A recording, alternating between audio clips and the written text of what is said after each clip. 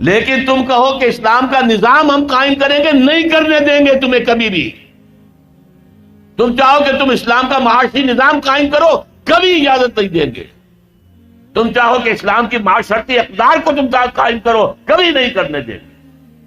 یہ ہے اس وقت جو ہمارے ساتھ پیش آ رہا ہے معاملہ، پورا مغرب اس پر اڑا ہوا ہے، اسلامی نظام کہیں نہیں آنے دیں گے۔ ہاں نمازیں پڑھو، ہمیں کوئی اعتراض نہیں، روزے رکھو، تم روزے 30 کی بجائے 100 رکھو، ہمارا کیا لیتے ہو؟ تمہاری کمزوری ہو جائے گی۔ ہم تو تمہیں لیبر اسی وقت دیں گے جب پورے 8 گھنٹے کام کرو گے ڈٹ کر، اس میں کوئی رعایت نہیں کریں گے تمہارے ساتھ۔ بہرحال سوال یہ ہے کہ میں کیا کروں، کوئی راستہ ہے؟ دیکھیے کنویں میں، اب آج کل تو وہ کنویں اس طرح کے ہیں نہیں، دیہات میں تو ہے، کنویں میں کتا گر گیا، بلی گر گئی، مردار ہے کنویں کے اندر، کنویں کا پانی حرام ہو گیا، نجس ہو گیا، لیکن آخر کو راستہ تو ہے نا بھائی، اتنا پہلے تو اس کتے کو یا اس بلی کی لاش کو نکال کے باہر پھینکو، اور پھر اتنے ڈول اور نکال کر باہر پھینک دو، پھر وہ پانی صاف ہے۔ اس کا کیا نام ہے؟ کفارہ۔ اسی طرح رمضان کا روزہ تھا، آپ سے صبر نہیں کیا گیا، اپنی بیوی سے ہم بستری کر بیٹھے، دوپہر کے وقت روزہ ٹوٹ گیا، اب کیا ہے؟ اس کی گناہ کی کوئی بدل بھی ہے؟ ہاں ہے۔ 60 روزے رکھو اب متواتر، پے بپے 60 روزے، تب کفارہ ہوگا اس گناہ کا، تم نے فرض روزہ توڑ دیا۔ ہاں اگر نفلی روزہ تھا تو توڑ دیا تو صرف اس کی قضا دینی ہوگی بس۔ فرض روزہ اسے توڑ دیا ہے تو اس کے لیے تو 2 مہینے کے 60 روزے پے بپے رکھنے پڑے۔ تو اب ہم جو کفر کے تحت زندگی گزار رہے ہیں، اور اس اعتبار سے اللہ کی نگاہ میں ہم کافر ہیں، لیکن سوال یہ ہے کہ جائیں تو کہاں جائیں، کریں تو کیا کریں؟ نظام کفر کا ہے۔ قرآن کہتا ہے وَمَن لَّمْ يَحْكُم بِمَا أَنزَلَ اللَّهُ فَأُولَٰئِكَ هُمُ الْكَافِرُونَ۔ جو لوگ قرآن کی، اللہ کی اتاری ہوئی شریعت کے مطابق فیصلے نہیں کرتے، وہی تو کافر ہے۔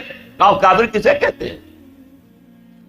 اقبال نے کہا نا، بتوں سے تجھ کو امید ہے، خدا سے نو امیدی، مجھے بتا تو صحیح اور کافری کیا ہے؟ تمہاری ساری امیدیں امریکہ کے ساتھ وابستہ ہیں، وہ مسئلہ طے کرا دے، وہ یہ کرا دے، وہ کرا دے، وہ معاملہ ہمارا، وہی تو سب سے بڑا چور وہی ہے، سب سے بڑا ڈاکو وہی ہے، سب سے بڑا اسلام کا مخالف وہی ہے، اور اسی کے پاس ہم جاتے ہیں۔ قرآن کا فتویٰ تو یہ کہ تم کافر ہو۔ ہاں انفرادی طور پر تم مسلمان ہو، اجتماعی طور پر قومی سطح پر تم کافر ہو۔ وَمَن لَّمْ يَحْكُم بِمَا أَنزَلَ اللَّهُ فَأُولَٰئِكَ هُمُ الْكَافِرُونَ۔ یہ 7واں رکوع ہے سورہ مائدہ کا، اور پھر فرمایا وَمَن لَّمْ يَحْكُم بِمَا أَنزَلَ اللَّهُ فَأُولَٰئِكَ هُمُ الظَّالِمُونَ۔ جو اللہ کے اتارے ہوئے قانون کے مطابق فیصلے نہیں کرتے وہی تو مشرک ہیں۔ اللہ کے حکم کو چھوڑ کے کسی اور کے حکم پر فیصلہ کر رہے ہو، اس سے بڑا شرک کیا ہو؟ اور تیسری مرتبہ فرمایا وَمَن لَّمْ يَحْكُم بِمَا أَنزَلَ اللَّهُ فَأُولَٰئِكَ هُمُ الْفَاسِقُونَ۔ وہی تو فاسق ہیں، فاجر ہیں، وہی تو سرکش ہیں، وہی تو باغی ہیں، وہی تو غدار ہیں اللہ کے، جو اللہ کی شریعت کے مطابق فیصلے نہیں کرتے۔ اب ان 3 آیتوں کی روح سے سمجھ لیجئے ہم کہاں کھڑے ہیں، کیا کر رہے ہیں۔ دیکھیے میں آپ کو ایک مثال دیتا ہوں۔ ہماری آبادی کا میں سمجھتا ہوں اکثریت تو وہ ہے جو نماز روزے کے لیے پابند نہیں ہے۔ ان چیزوں کا چرچا شہروں میں زیادہ، دیہات میں بہت کم رہ گیا، بہت کم، بہت کم۔ اور ہماری 70% آبادی دیہات کے اندر۔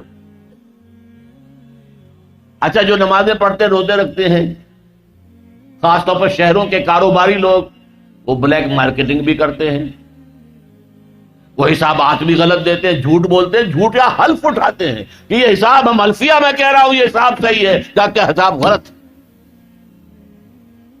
سودی کاروبار کرتے ہیں، اپنے کاروبار کو بڑھانے کے لیے سود کا قرضہ لیا ہے، سودی قرضہ لیا بینک سے، اپنی بلڈنگ بنانے کے لیے بہت بڑی قرضہ لیا ہے بینک سے، تو ان کی عبادت کیا ہوئی؟ وہ اس آیت کے ذہن میں آ گئے کہ نہیں؟ افتؤمنون ببعض الکتاب وتکفرون ببعض فما جزاء من يفعل ذلك منكم الا خزي في الحياة الدنيا ويوم القيامة يردون الى اشد العذاب وما الله بغافل عما تعملون۔ لیکن میں ان کو بھی چھوڑتا ہوں۔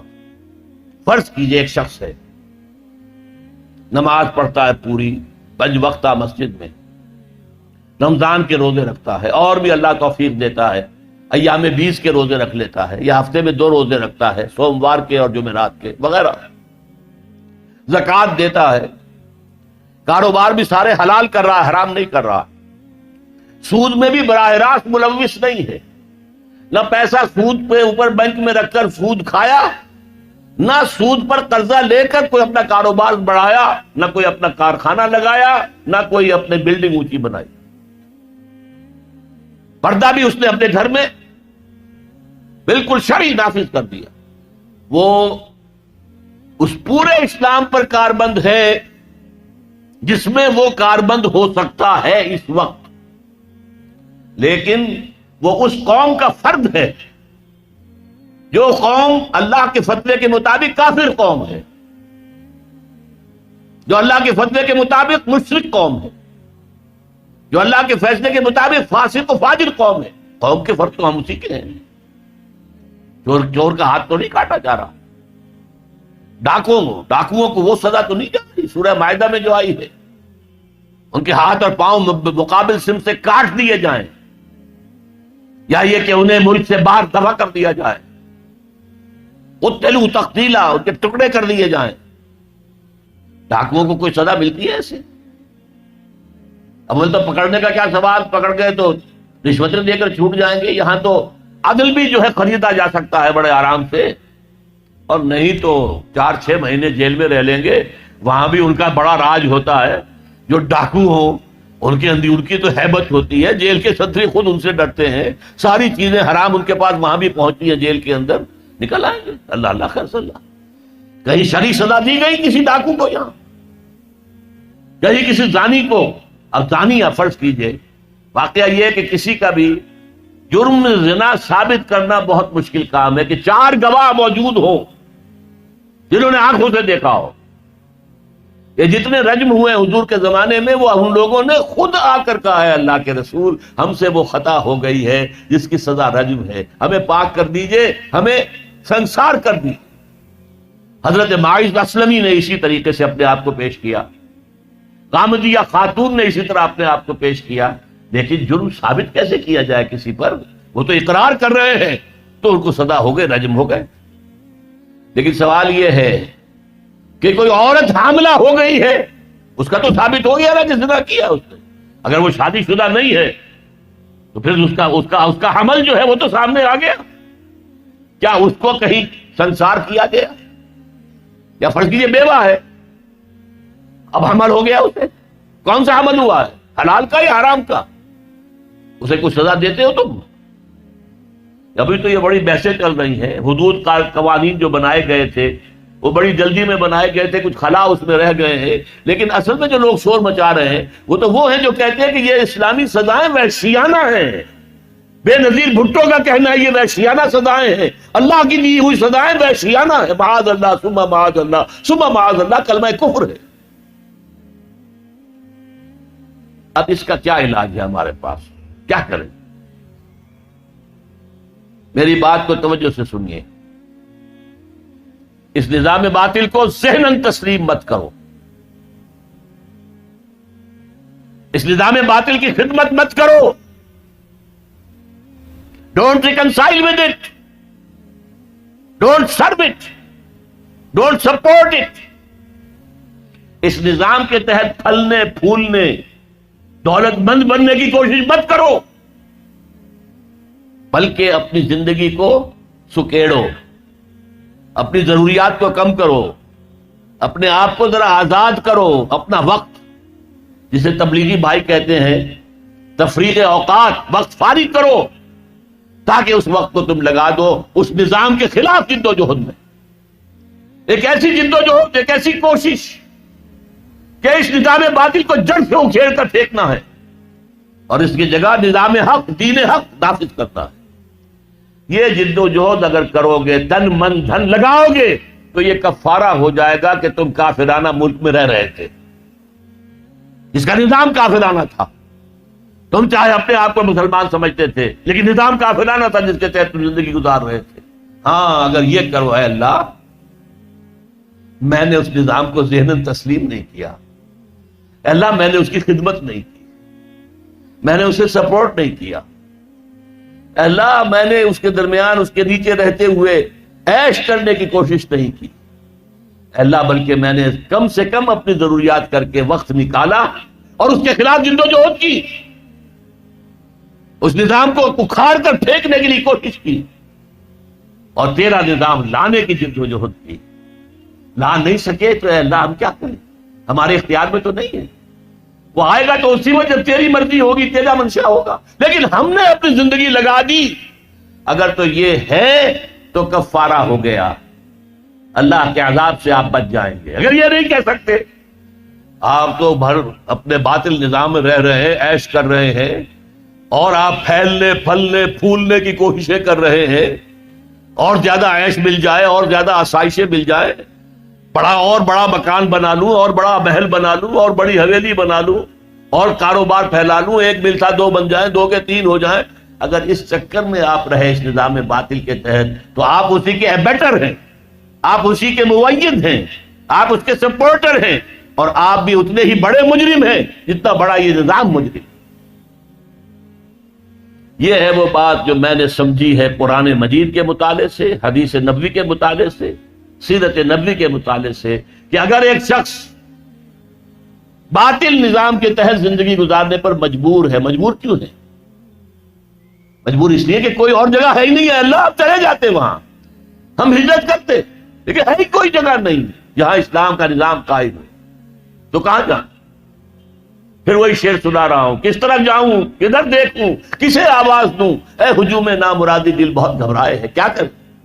رہنا تو یہی ہے، لیکن رہو یہاں، لیکن یہاں رہو ریوولٹ کرتے ہوئے، بغاوت کر کے اس نظام کے خلاف، لیو انڈر اٹ انڈر پروٹیسٹ، خوش دلی کے ساتھ نہ رہو، مجبوراً رہو، جیسے کہ جیل میں رہا جاتا ہے، کوئی خوش دلی کے ساتھ جیل میں نہیں رہتا، لیکن رہو۔ اور حضور نے فرمایا الدنیا سجن المومن و جنت الکافر، یہ دنیا تو مومن کے حق میں جیل خانہ ہے اور باغ ہے کافروں کے لیے، جیل خانے میں جیسے رہتے ایسے رہو تو تمہارے اس گناہ کا کفارہ ہو جائے گا۔ یہ ہے وہ جہاد، جد و جہد جو فرض عین ہے۔ قرآن مجید میں فرمایا ایک ہوتا ہے مسلمان، ایک ہوتا ہے مومن، دونوں میں بڑا فرق ہے۔ دیکھیے مسلمان تو ہم ہو گئے وراثت کے طور پر، ہمارے ماں باپ مسلمان تھے، ہم بھی مسلمان، تو مومن تو ایسے وراثت میں نہیں بنتا آدمی۔ قالت الاعراب آمنا قل لم تؤمنوا ولكن قولوا اسلمنا، سورہ حجرات کی آیت نمبر 14۔ اے نبی یہ بدو جو ہے یہ دعویٰ کر رہے ہیں کہ ہم ایمان لے آئے، آپ ان سے کہہ دیجیے تم ایمان ہرگز نہیں لائے ہو، ولكن قولوا اسلمنا، یوں کہو کہ ہم اسلام لے آئے ہیں۔ ولما يدخل الايمان في قلوبكم، ابھی تک ایمان تمہارے دلوں میں داخل نہیں ہوا۔ اچھا آپ اگر پوچھیں جی ہم تو چاہتے ہیں کہ ہمیں مومن مانا جائے، بتائیے اس کا کیا تقاضا ہے، کیا ڈیفینیشن ہے؟ فرما دیا گیا اگلی آیت کیا ہے، 15 آیت، انما المؤمنون الذين آمنوا بالله ورسوله ثم لم يرتابوا، مومن تو صرف وہ ہیں جو ایمان لائے اللہ پر، اس کے رسول پر، پھر شک میں ہرگز نہیں پڑے، یقین والا ایمان ہو گیا۔ وجاہدوا باموالہم وانفسہم فی سبیل اللہ، اور پھر انہوں نے جہاد کیا اللہ کی راہ میں اپنے مالوں سے بھی اپنی جانوں سے بھی۔ اولئک ھم الصادقون، صرف ایسے لوگ سچے ہیں اگر وہ کہیں کہ ہم مومن ہیں۔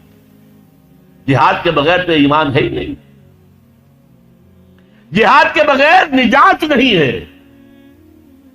آپ نظام باطل کے تحت زندگی گزار رہے ہیں، اس کے خلاف جہاد کیجئے، جد و جہد کیجئے۔ جہاد کے معنی جد و جہد، اس نظام کو بدلنے کی، اس جڑ سے اکھیڑنے کی۔ چنانچہ سورہ صف میں فرمایا گیا یا ایھا الذین آمنوا، اے اہل ایمان، ایمان کے دعوے دارو، هل ادلکم علی تجارۃ تنجیکم من عذاب علیم، کیا میں تمہاری رہنمائی کروں اس تجارت کی طرف جو تمہیں دردناک عذاب سے چھٹکارا دلا دے؟ نوٹ کیجئے سوال کیا ہے، اگر جہنم سے بچنا چاہتے ہو تو ایک تجارت کرنی ہوگی۔ اب وہ تجارت کیا ہے وہ بھی خود ہی فرما دی، تؤمنون باللہ ورسولہ، وہی بات جو سورہ حجرات کی آیت میں ہے، ایمان پختہ رکھو اللہ پر اور اس کے رسول پر. وَتُجَاهِدُونَ فِي سَبِيلِ اللَّهِ بِأَمْوَالِكُمْ وَأَنفُسِكُمْ, اور جہاد کرو اللہ کی راہ میں اپنی جانوں اور مالوں کے ساتھ. ذَلِكُمْ خَيْرٌ لَكُمْ إِن كُنتُمْ تَعْلَمُونَ, یہی تمہارے حق میں بہتر ہے اگر تم علم رکھتے ہو. تو معلوم ہوا کہ یہ جہاد لازم ہے, یہ جد و جہد لازم ہے, یہ ایمان کا لازمی تقاضا ہے, یہ جہنم سے چھٹکارا پانے کی لازمی شرط ہے. اگر یہ نہیں کر رہے تو ایمان نہیں ہے تمہارے اندر, اور جہنم سے چھٹکارا پانے کی امید یہ ایک بس تمہارا خیال ہے. تلک امانیہم, یہ تمہارے من گھڑت خیالات ہیں, یہ تمہاری وشفل تھنکنگ ہے, یہ حقیقت نہیں. اب اگلی بات سنیے, یہ جد و جہد بغیر جماعت کے ممکن نہیں ہے. کیا اکیلا آدمی نظام کو بدل سکتا ہے؟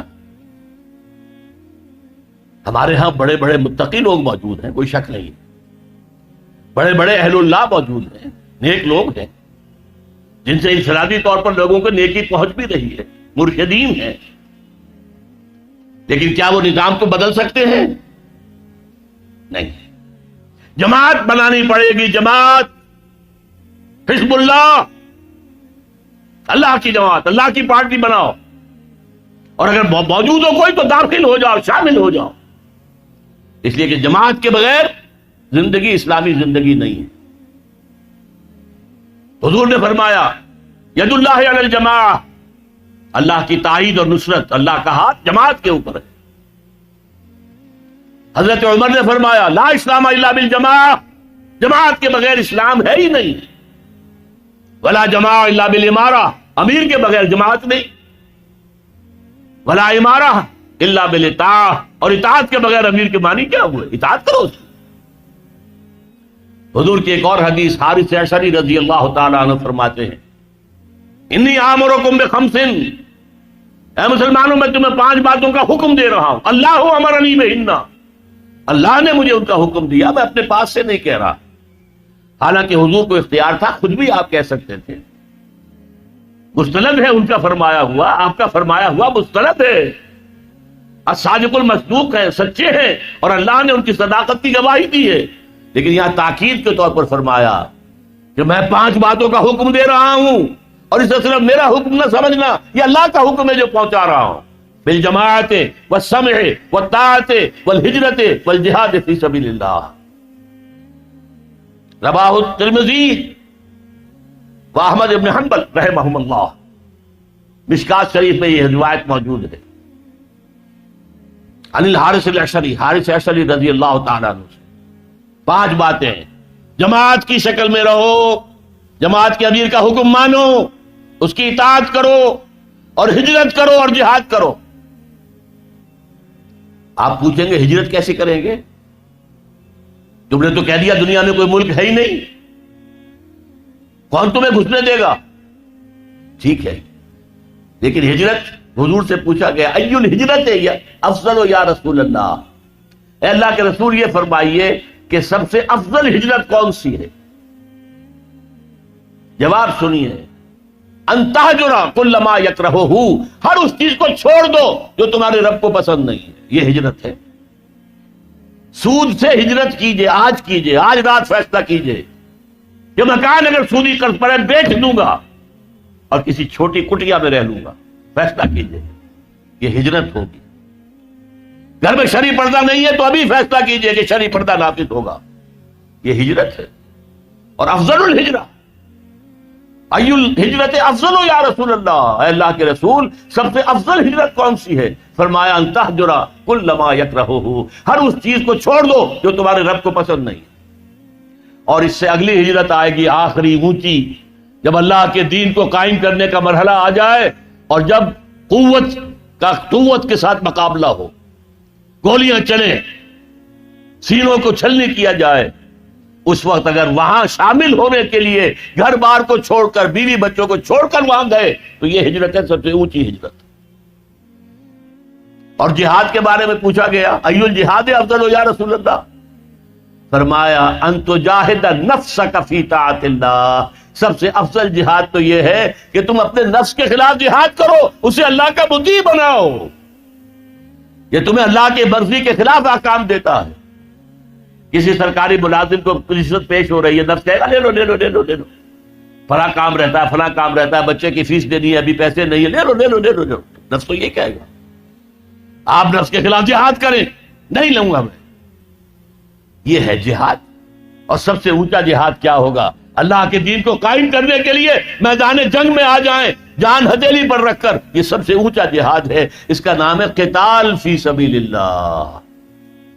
اس لیے سورہ صف کی 2 آیتیں میں نے آپ کو سنائی تھی. یا ایھا الذین آمنوا ھل ادلکم علی تجارۃ تنجیکم من عذاب الیم. جواب کیا ہے؟ خود ہی دیا اللہ نے. تؤمنون باللہ ورسولہ وتجاہدون فی سبیل اللہ باموالکم وانفسکم. اسی سورہ صف کی 4تھی آیت کیا ہے؟ ان اللہ یحب الذین یقاتلون فی سبیلہ صفا کانہم بنیان مرصوص. اللہ کو تو اپنے ان بندوں سے محبت ہے جو اس کی راہ میں صفیں باندھ کر، ایسی صفیں جن میں کوئی رکھنا پیدا نہ کیا جا سکے. جیسے کہ یوں سمجھیے کہ سیمنٹ کنکریٹ کی وال ہے، بنیان مرصوص ہے، سیسا پلائی ہوئی دیوار. کھڑے ہو کر اللہ کی راہ میں قتال کرو، جنگ کرو. وہ ہے محبوب ہمارا، وہ ہے پسندیدہ انسان ہمارا. اور اگر یہ نہیں کرتے، باطل چنگھاڑ رہا ہے، باطل چیلنج کر رہا ہے. امریکی تہذیب آ رہی ہے، بھاگتی آ رہی ہے، دوڑتی آ رہی ہے، اور ہم اپنے کاموں میں لگے رہے. بس زیادہ ہوا نماز پڑھ لی، روزہ رکھ لیا، کچھ کسی بزرگ کے بتائے ہوئے کوئی وظیفے کر لیے، کوئی ذکر کر لیا، اور سمجھا کہ بس ہمارا تو بیڑا پار ہے. نہیں. تقوی طاغوت کی غلامی میں، تقوی طاغوت کے خلاف جب تک جد و جہد نہیں، اس وقت تک آپ کا ایمان درست نہیں، آپ کی نماز قبول نہیں، آپ کا روزہ قبول نہیں، آپ کی دعائیں قبول نہیں. کتنی دعائیں کی تھی فجر کی نماز میں، دعا قنوت نازلہ، اللہم دمر دیارہم، اللہم مزق جمعہم. لیکن اللہ نے نہیں سنی، شکست ہوئی، کلنک کا ٹیکا لگا. 93,000 ہمارا قیدی بن کر اس ہندو کی غلامی میں گیا جس پر کہیں ہم نے 600 برس حکومت کی تھی، کہیں 800 برس، کہیں 1000 برس کی تھی. وہ کلنک کا ٹیکا آج تک ہمارے ماتھے سے دھلا نہیں ہے. جو عربوں کے ماتھے پر لگا تھا سن 67 میں، اس کو کم سے کم انہوں نے دھو دیا تھا سن 73 کی رمضان وار میں. بارلیو لائن کو کراس کر گئے. گولڈا مائر جو ہے خودکشی کرنے کی سوچ رہی تھی، وہ تو امریکہ نے آ کے بچایا ہے. تو انہوں نے تو کم سے کم سن 67 کی جنگ کا جو داغ تھا اسے دھو دیا. ہم سے تو وہ داغ ابھی تک دھلا نہیں. کتنی بڑی شکست، کتنی تعداد میں ہمارے پی او ڈبلیوز، اور ہمارے جرنیل نے نام تھا ٹائیگر، شیر، اور اس نے اپنا پستول پیش کیا ہے. جنرل اروڑا اس کے ہاتھ میں دیا ہے، اطاعت قبول کی ہے، سلوٹ کیا. انا للہ و انا الیہ راجعون. تو جان لیجئے کہ نمبر 1، اگر آپ طاغوت کے تحت زندگی گزار رہے ہیں تو پہلا فرض اس کے خلاف جد و جہد کرنا ہے. اگر نہیں کرتے تو ایمان نہیں تو نجات نہیں. اللہ خیر صلی اللہ. میں تو چند باتیں جانتا ہوں. قلندر جز 2 حفظ لا الہ اور کچھ نہیں رکھتا. فقیہ شہر قارو ہے لغت آئے حجازی کا. ہم تو لا الہ الا اللہ کا مفہوم یہ سمجھتے ہیں. اللہ خیر صلی اللہ. اور یہ کام بغیر جماعت کے ممکن نہیں. تو جماعت تلاش کیجیے. دیکھیے آپ یہ کہہ کر نہیں چھوٹ سکتے صاحب 10 جماعتیں، 12 جماعتیں، 15 جماعتیں، ہمیں کیا پتا کون سی جماعت ٹھیک ہے. آپ یہ کہہ کر اپنے آپ کو بری نہیں کر سکتے. دیکھیے آپ کو اپنے پاؤں کے لیے جوتی کی ضرورت ہے. آپ کہیں 10-12 دکانیں، پتہ نہیں کہاں ٹھیک جوتا ملتا ہے، میں تو جوتا لوں گا ہی نہیں. کیا ایسا کرتے؟ بھائی اٹس یور نیڈ. کیا آپ کی ضرورت ہے؟ جوتا پہننا ہے، جائیے دکانیں دیکھیے، قیمتیں کمپیئر کیجئے، مال دیکھیے. پچھلے زمانے میں تو دھوکہ یہ بھی ہوتا تھا کہ تلوے کے اندر جو ہے وہ گتا ڈالا ہوا ہے. اب تو خیر نئے قسم کے سولز آ گئے ہیں، سنتھیٹک سولز آ گئے ہیں، ان میں گتا نہیں ڈالا جا سکتا، ورنہ پہلے تو یہ ہوتا تھا تیسرے دن ٹوٹا ختم ہو گیا جوتا. لیکن آپ جوتا لیتے ہیں، لیتے تھے.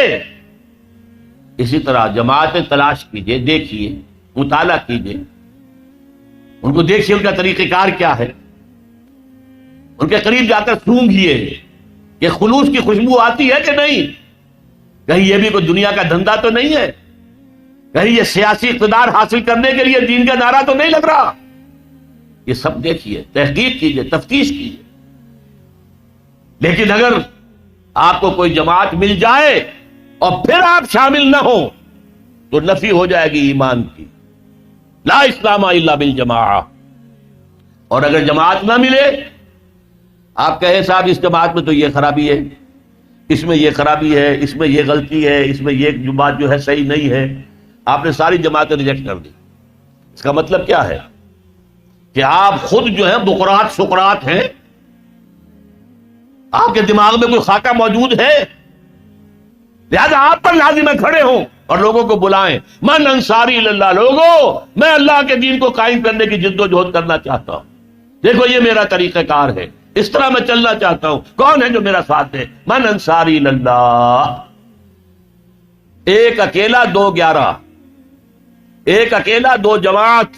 سمجھ لیجئے، اگر آپ سفر پر جا رہے ہیں، دو آدمی ہیں، جماعت سے نماز پڑھیے، ایک امام ہوگا ایک مقتدی ہوگا. حضور نے تو فرمایا سفر پر اگر جاؤ 3 آدمی ہو تو ایک کو امیر بناؤ ضرور، تاکہ کوئی بھی اختلاف ہو تو اس کا فیصلہ دینے والا تو کوئی ہو نا. تو آپ جماعت بنائیں، کھڑے ہو، کام کرے، اس لیے کہ نبی تو کوئی آئے گا نہیں، نہ آیا ہے. وہ تو نبی 1400 برس پہلے بس نبوت کا خاتمہ ہو گیا، دروازہ بند ہو گیا نبوت کا حضور پر صلی اللہ علیہ وسلم. اب ہوں گے تو یہی انسان ہوں گے نا، ان میں کمیاں بھی ہوں گی، کوتاہیاں بھی ہوں گی. اور اس میں آپ کے سامنے اور بات رکھ دوں، اگر آپ اپنے لیے جماعت تلاش کرنا چاہتے ہو تو کیا چیزیں دیکھنی چاہیے جماعت میں؟ دیکھیے، میں حیدرآباد میں بات کر رہا ہوں اس وقت، اس کی بڑی پرانی تاریخ جو ہے بڑی شاندار. یہ شہر وہ ہے جس نے انگریزوں کے ساتھ جنگیں کی، یہ صوبہ وہ ہے جس نے ایک دن کے لیے بھی انگریز کی حکومت کو دل سے تسلیم نہیں کیا. 1944 تک، پارٹیشن آف انڈیا اور آزادی ہند سے 3 سال پہلے تک حر یہاں پر بغاوت کر رہے تھے. کبھی کسی پولیس چوکی پر حملہ کیا ہے اور وہاں مار دیا لوگوں کو، کبھی کسی اسٹیشن پر جا کر گئے آگ لگا دی ہے. انگریزوں کو چین سے نہیں بیٹھنے دیا. آپ سمجھیے وجہ کیا ہے؟ پنجاب میں کتنے کالج کھولے گئے، بھاولپور سے شروع ہو جائیں، S C college Bahawalpur, Emerson college Multan, Aitchison college اور Christian Forman F C college, پھر مرے کالج سیالکوٹ، پھر گارڈن کالج راولپنڈی، پھر ایڈورڈز کالج پشاور، اس سب میں قائم کیے. سندھ میں کوئی نہیں کیا. کیوں نہیں کیا؟ کبھی سوچا آپ نے؟ سندھ میں تو کسی پارسی نے کوئی مدرسہ کھول دیا، کچھ مسلمانوں نے کوئی مل جل کے کوئی مدرسہ اسلام قائم کر لیا. انگریز نے کوئی نہیں بنایا. کیوں نہیں بنایا؟ اسے معلوم تھا کہ سندھیوں کے دلوں میں ہمارے خلاف بغاوت ہے، یہ کبھی ہمارے وفادار نہیں ہوں گے، جب بھی موقع ملے گا ہم پر حملہ کریں گے.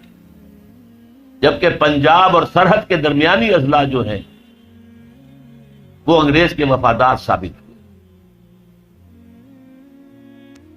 پنجاب کی فوج تھی جس نے کہ 1857 میں دلی جو انگریز کے ہاتھ سے نکل گیا تھا دوبارہ لے کر دی ہے، پتہ کر کے دیے. پنجابی تھے، وہ مسلمان تھے، سکھ بھی تھے، مسلمان بھی. اس کی خاص وجہ تھی. مجھے یاد ہے میاں طفیل صاحب ابھی زندہ ہے، انہوں نے ایک دفعہ بیان دے دیا تھا بہت سخت کہ سندھی تو فوجی ہے نہیں، فوج میں آتے نہیں ہیں، سندھی تو نان مارشل ریس ہے. یہ جو انگریز کا پروپیگنڈا تھا وہ ان کی زبان سے نکلا. اس کا جواب دیا تھا پھر جی ایم شاہ، غلام مصطفیٰ شاہ، جو سیکرٹری ایجوکیشن بھی تھے، لاہور میں کالج کے اندر پرنسپل بھی رہے. انہوں نے جواب دیا تھا یس وی ور نیور مرسنریز. ہاں، ہم کبھی کرائے کے ٹٹو اور کرائے کے فوجی نہیں تھے جیسے تم تھے پنجابی ہو.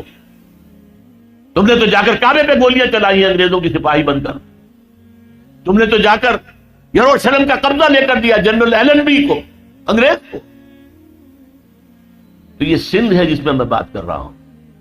یہ سندھ ہے جہاں خاکسار تحریک بھی بڑی زبردست, تالپور برادران اس خاکسار تحریک کے بہت نمایاں کارکن تھے. یہ سندھ ہے جہاں پنجاب سے آنے والا ایک نو مسلم تھا پنجابی, سکھ سے مسلمان ہوا تھا, مولوی عبید اللہ, لیکن اس کے نام کے ساتھ سندھی لگ گیا ہمیشہ کے لیے. مجاہد انسان, حضرت شیخ الہند کا سپاہی عبید اللہ سندھی رحمت اللہ علیہ, وہ سندھ ہے یہ. اور میں آپ کو اور بات یاد دلا دوں, سندھ واحد صوبہ ہے اس پاکستان کا جس میں کہ پارٹیشن سے پہلے بھی مسلم لیگ کی حکومت تھی, پنجاب میں یونینسٹ پارٹی کی حکومت تھی. ہندو مسلم سکھ مل کر بنائی تھی انہوں نے, مسلمانوں کی پارٹی نہیں تھی. مسلم لیگ کو ایک دن بھی وہاں وزارت نصیب نہیں ہوئی. سرحد میں ڈاکٹر خان صاحب کی وزارت تھی, باچا خان کا بڑا بھائی. وہ تو ریفرینڈم ہوا ہے اور غیور پٹھانوں نے پاکستان کے حق میں ووٹ دیا ہے, اور اس کے لیے مولانا شبیر احمد عثمانی رحمت اللہ علیہ نے بڑا پارٹ پلے کیا. وہاں کے پیر جو ہیں, پیر صاحب مانکی شریف, پیر صاحب زکوڑی شریف, انہوں نے بڑا رول پلے کیا ہے کہ پاکستان میں اسلام نافذ ہوگا, اسلام قائم ہوگا, لہذا ووٹ دو مسلم لیگ کو. ورنہ ظاہر بات ہے کہ یہاں تو سوائے سندھ کے کہیں بھی مسلم لیگ کی حکومت نہیں تھی. اور جی ایم سید صاحب اگرچہ وہ بعد میں جو کچھ اس ملک میں ہوا ہے اس سے بددل ہو گئے, ایک ریئیکشن ہوا ان پر, آخر ہوتا ہے. کیوں گردش بادام سے گھبرا نہ جائے دل, انسان ہوں پیالہ اور ساغر نہیں ہوں میں, ان پہ ایک رد عمل ہوا. ورنہ وہی تھے جنہوں نے 1943 میں کہا تھا, اے مائنورٹی پروونسز کے مسلمانوں, ہمیں یہاں ہندوؤں نے دبایا ہوا ہے, ہماری زمینیں جو ہیں ان کے پاس گروی رکھی ہوئی ہیں, سارا کاروبار ان کے پاس ہے, خدا کے لیے ہمیں یہ فن نہیں آتا, آؤ تم یہاں. ابھی پارٹیشن کا کوئی سوال نہیں ہے, میں 43 کی بات کر رہا ہوں. آؤ سندھ کے اندر تاکہ یہاں پر تم تجارت کرو اور تاکہ ہندوؤں کے مقابلے میں آ سکے. یہ جی ایم سید کی اپیل تھی. آج اسی سندھ میں کہہ رہا ہوں اسلام قائم کرنے کی جد و جہد. اور سب سے بڑی بات یہی سندھ تو تھا نا, سب سے پہلے اسلام کب آیا تھا, کہاں آیا تھا؟ 712 اور 713 عیسوی, 92 یا 93 ہجری. محمد بن قاسم کہاں سے آئے تھے؟ باب الاسلام کون سی جگہ ہے؟ سندھ. تو اس کو سر نو باب الاسلام بننا چاہیے. تحریک خلافت یہاں سے اٹھنی چاہیے, یہاں کے لوگ کھڑے ہو. ہم نے انگریز سے بھی مقابلہ کیا اور آخری وقت تک کیا. ہم نے علامہ مشرقی کا بھی ساتھ دیا. ہم نے وہ ریشمی رومال کی تحریک بھی, اس کے اندر بھی بڑا حصہ سندھیوں کا تھا, جو حضرت شیخ الہند مولانا محمود حسن جو اسیر مالٹا رہے بعد میں, اس میں سندھ کا رول بہت بڑا تھا. آج پھر اس ملک کے اندر نظام خلافت کے قیام کے لیے میں سمجھتا ہوں کہ سندھ کو سب سے آگے ہونا چاہیے, سب سے بڑھ کر کام کرنا چاہیے. اس کے لیے اب میں آپ سے عرض کروں, خلافت قائم کرنا یہ ہمارا فرض. لیکن آج خلافت قائم ہوگی تو کیسے ہوگی, پہلے تو یہ مسئلہ ہوگا. اور کیسی ہوگی؟ کیا بعین ہی وہی خلافت ہوگی جو 1400 برس پہلے تھی؟ جبکہ 1400 سالوں میں بہت سا پانی وقت کے دریا کے پل کے نیچے سے گزر چکا ہے. حالات بہت بدل گئے, زمانے نے بہت ترقی کر لی ہے. کیا 1400 سال قبل کا نظام دوبارہ آ سکتا ہے؟ ہاں آ سکتا. اصول وہاں سے لیں گے, تفصیلی ڈھانچہ اس دور کے مطابق بنائیں. اصول وہاں سے ہوں گے, فنڈامنٹل وہاں سے ہوں گے. اسی لیے ہم فنڈامنٹلسٹ ہیں. امریکہ کان کھول کر سن لے, ہمارا دعویٰ ہے کہ ہم فنڈامنٹلسٹ ہیں. ہم اسلام کے اصولوں کو چھوڑ کر کہاں جائیں؟ تفاصیل میں, فروعات میں ہمارے اختلاف ہو سکتے ہیں, لیکن فنڈامنٹل آف اسلام اس میں ہمارا اتفاق. تاریخی واقعہ آپ کو بتا رہا ہوں. جب مولانا شبیر احمد عثمانی رحمۃ اللہ علیہ کی مدد سے، اور تحریک شروع کی تھی اصل میں مولانا سید ابو الاعلیٰ مودودی نے، کہ اسلام کے نام پر ملک لیا گیا، اس کا دستور اسلامی ہونا چاہیے، مطالبہ نظام اسلامی۔ 1948 میں اپریل میں اس وقت گورنمنٹ کالج لاہور کا سیکنڈ ایئر کا طالب علم تھا، میں نے وہ تقریر خود ان کی زبان سے سنی۔ خالصہ ہائی اسکول کا میدان تھا، اس میں جلسہ تھا۔ اس وقت تک چونکہ مولانا مودودی سیاسی آدمی شمار نہیں ہوتے تھے، مذہبی آدمی تھے، دینی آدمی تھے، لہذا سب نے ان کا ساتھ دیا، مسلم لیگیوں نے ساتھ دیا، ڈاکٹر عمر حیات ملک، پھر مولانا شبیر احمد عثمانی رحمۃ اللہ علیہ۔ قرارداد مقاصد پاس ہو گئی، مان لیا ہمارا حاکم اللہ ہے، ان الحکم الا للہ، اللہ کے سوا کسی کے لیے حاکمیت نہیں ہے، یہ لکھا ہوا ہے آپ کے دستور میں۔ جو اختیارات ہمارے پاس ہے وہ تو اصل میں ایک سیکریٹ ٹرسٹ ہے، ایک نہایت مقدس امانت ہمارے پاس ہے، لیکن یہ اختیار استعمال ہوگا کتاب و سنت کے حدود کے اندر، باہر نہیں جا سکتے ہم۔ یہ سارے کام ہوئے تو بہت سے لوگ کھڑے ہو گئے، کس کا اسلام لاؤ گے؟ شیعوں کا لاؤ گے یا سنیوں کا لاؤ گے؟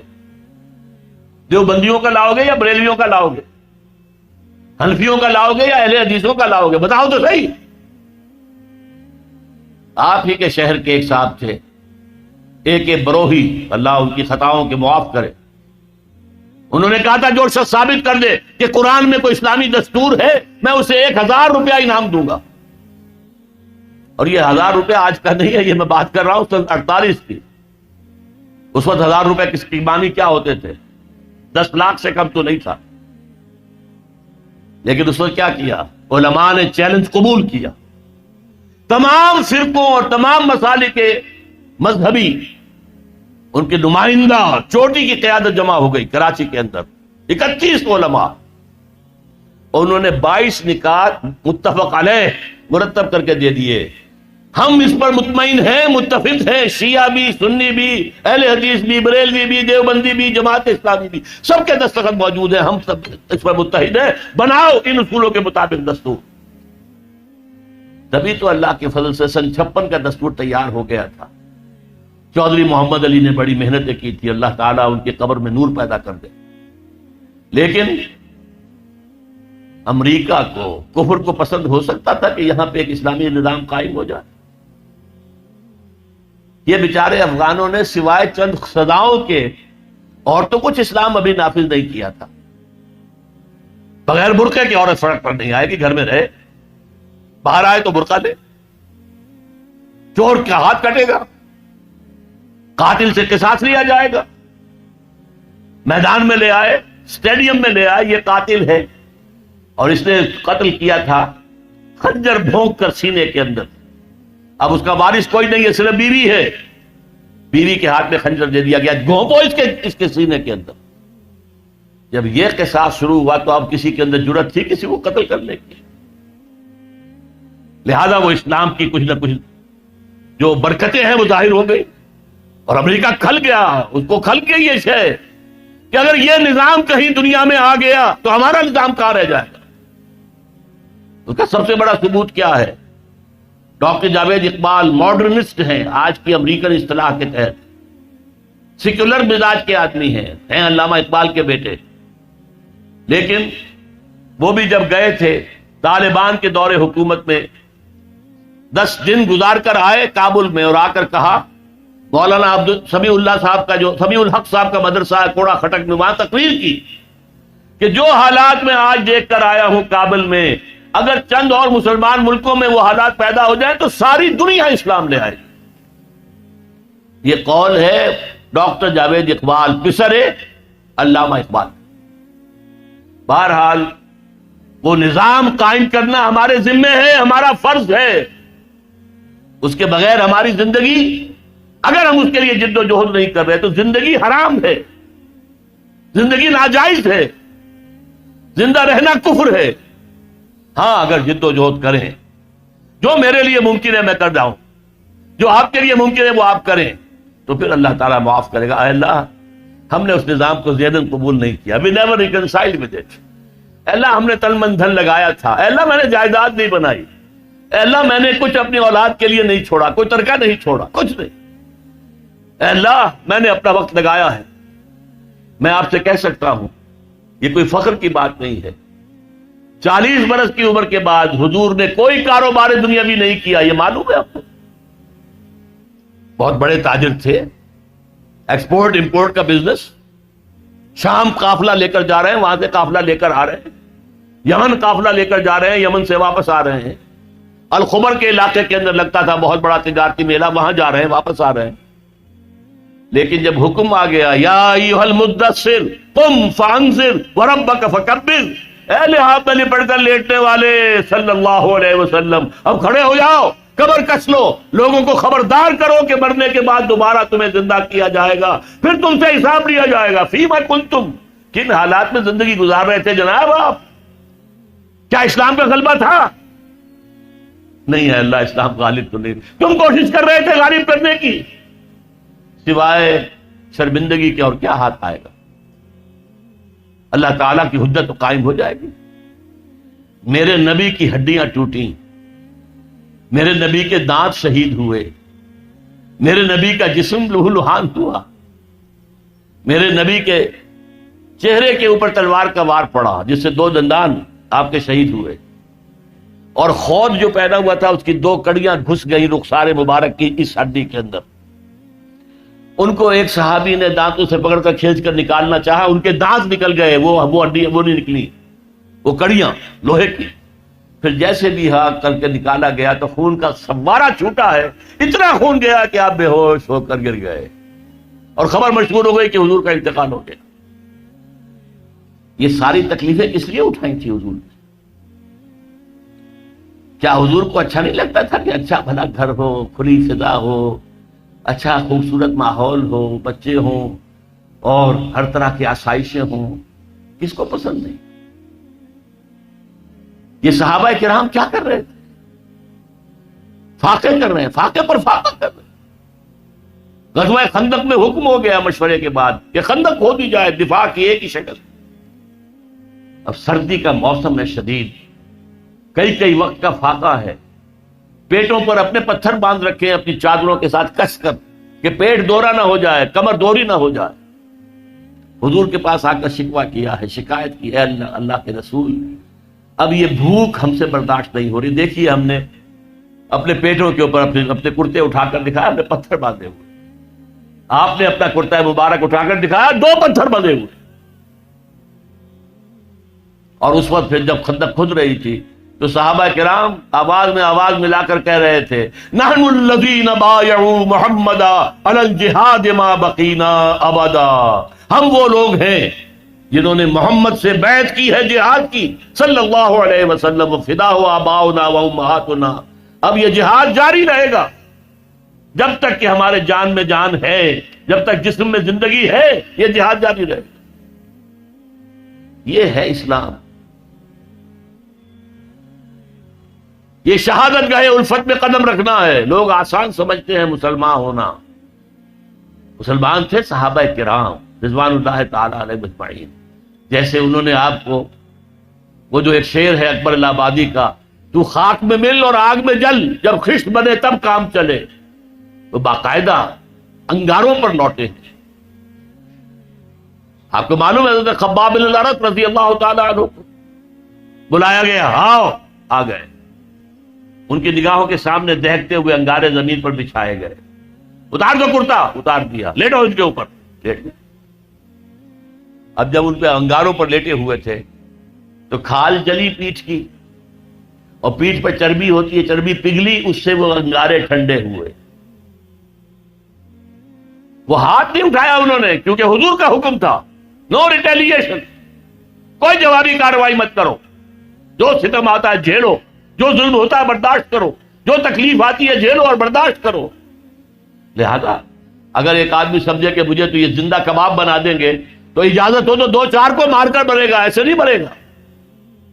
بلی بھی آپ پر جھپٹ پڑے گی، کیا اس کی جان ہے، 1 کلو کی ہوگی، 1.5 کی ہوگی، لیکن اگر آپ کارنر کر دیں اسے نظر آئے کہ اب میرے پاس کوئی راستہ نہیں ہے، کوئی اسکیپ نہیں ہے، وہ آپ پر حملہ آور ہوگی اور آنکھ پر آئے گی سیدھی، آنکھ نکالنے کی کوشش کرے گی پنجے سے.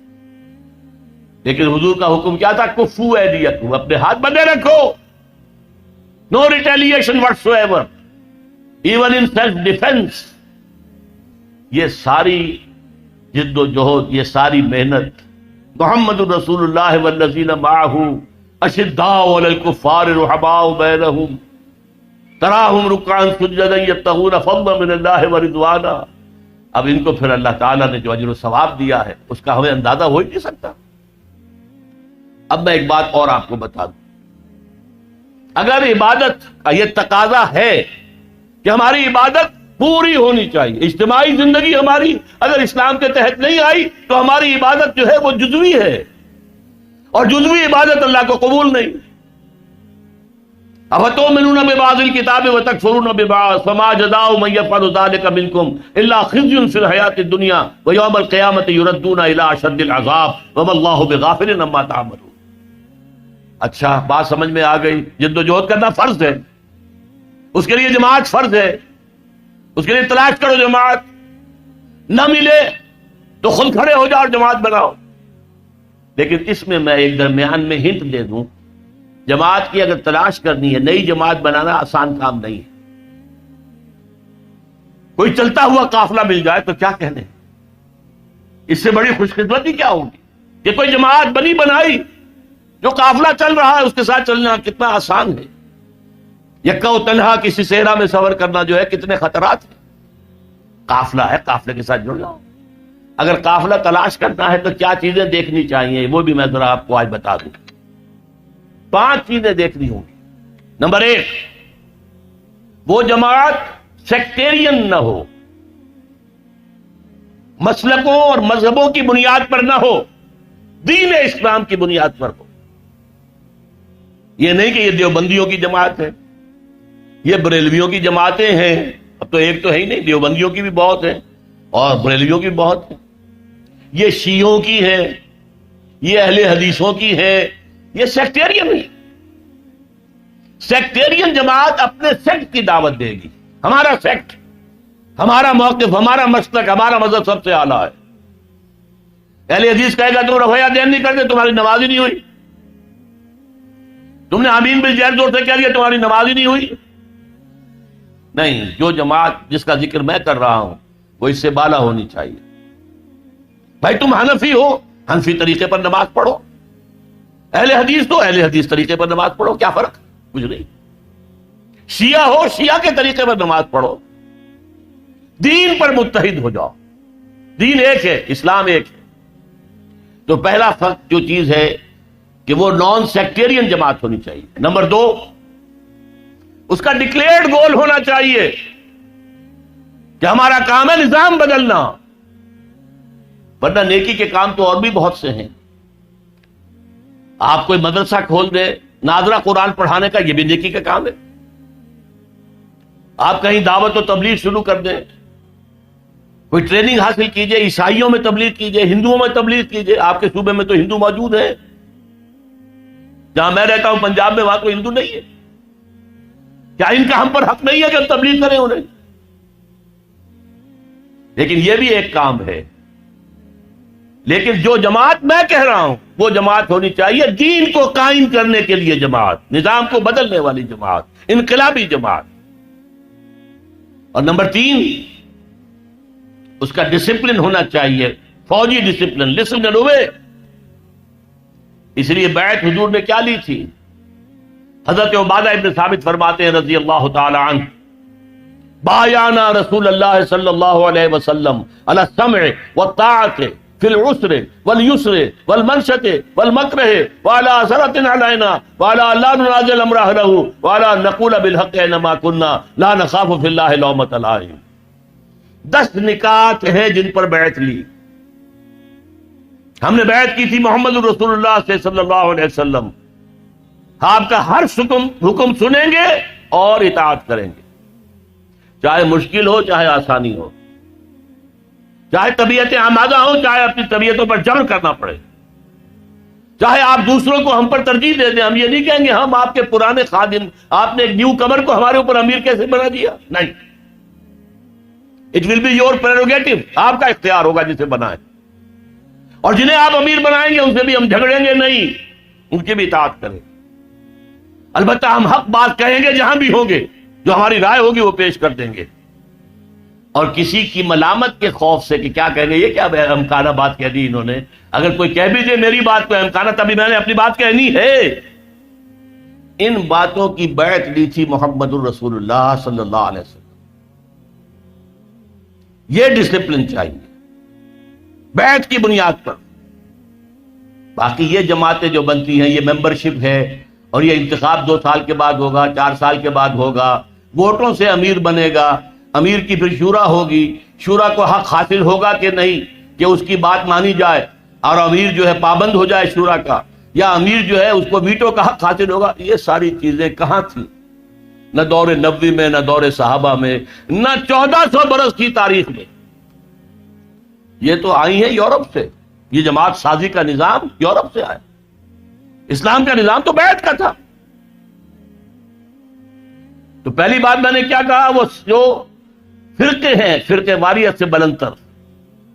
نمبر 2، اس کا ڈکلیئرڈ گول یہ ہو کہ ہمیں نظام بدلنا ہے۔ نمبر 3، ان کا ڈسپلن ہو فوج والا، there is not to reason why, there is but to do and die۔